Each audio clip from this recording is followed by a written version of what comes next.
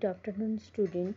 Today, in our lesson number 8, our skeleton and system and the skin.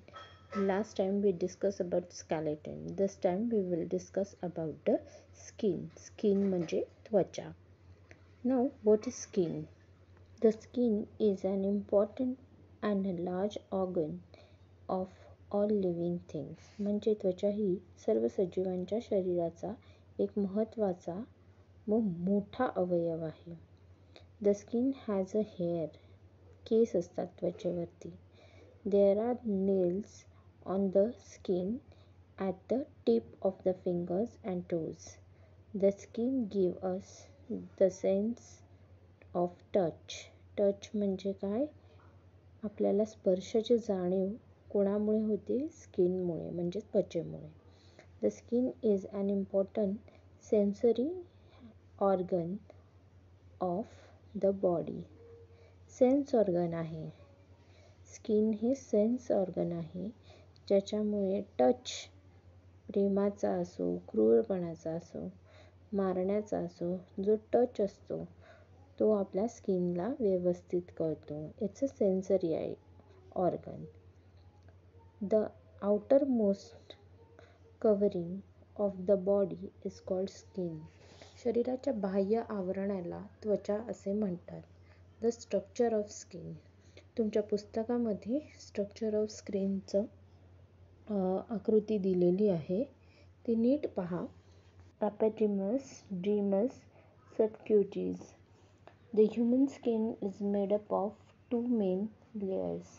The outermost layer is called epidermis and the layer below it is called the dermis. Below the determined there is a network of blood vessels and nerve fibers. The subcutaneous layer under this network maintain normal body temperature.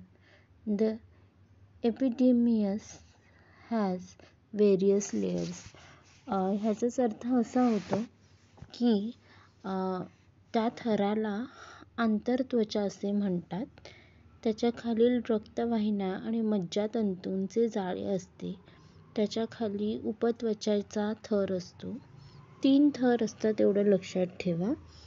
तो शरीराचे तापमान नियंत्रण करण्याचे काम करतो. बाह्य त्वचेचे वेगवेगळे थर असतात. आपल्याला इथे कळलं की त्वचेमध्ये किती थर असतात. त्याची आकृती स्ट्रक्चर ऑफ स्किन्समध्ये तुम्हाला दिलेली आहे. आता इथे now we will say melanin.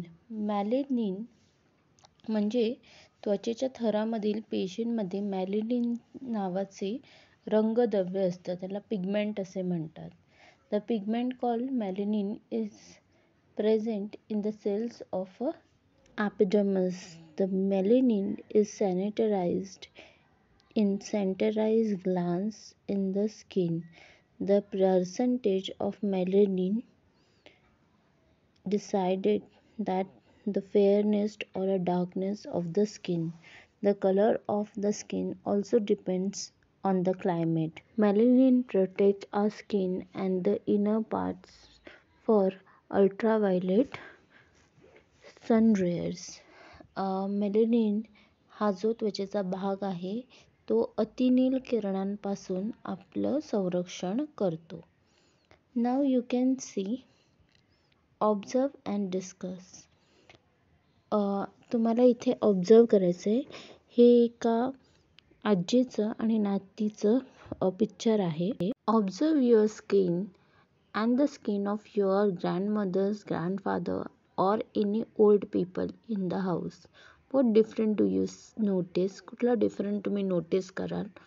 As we grow older the proportions of the beneath the skin reduce. However, the previously skin does not shrink. This causes wrinkles on the skin of older people. आता तुम्हाला wrinkles दिसतील म्हाताऱ्या माणसांच्या चेहऱ्यावर. ते का दिसतात? कारण ती स्किन ओल्ड होत जाते. जसे वय वाढते तसे त्वचेखाली असणारी चरबी फॅटचे प्रमाण कमी होते. मात्र ताणलेल्या त्वचेचा मूळ स्थिती येत नाही. त्यामुळे वयस्कर व्यक्तींच्या त्वचेवर सुरकुत्या म्हणजे रिंकल्स पडू लागतात. कॅन यू नो, तुम्हाला माहीत आहे का? आपल्या केसाचा रंग मेलॅनिनमुळेच ठरतो. गडद काळे केस काहींचे असतात ते शुद्ध मेलॅनिनमुळे, तर भुरे पांढरे असे केस ज्यांचे असतात ते गंधकामुळे म्हणजे सल्फरचं प्रमाण शरीरात असल्यामुळे दिसतात. तर तांबडे केस हे लोह जास्त असलेल्यांमध्ये पाहायला मिळते. आता आपण पाहणार आहोत व्हॉट वी लर्न्ड. आपण काय शिकलो या धड्यात? All the bones in the body along with the cartilage together from the skeleton system म्हणजे शरीरातील सर्व हाडे व कुरच्या मिळून अस्थिसंस्था बनते. The skeleton gives shape and a support to the body. The outer covering of the body is called the skin. The skeletal system and the skin perform the important functions of protecting the body and the internal body parts. We must take care of our skeletal system and skin.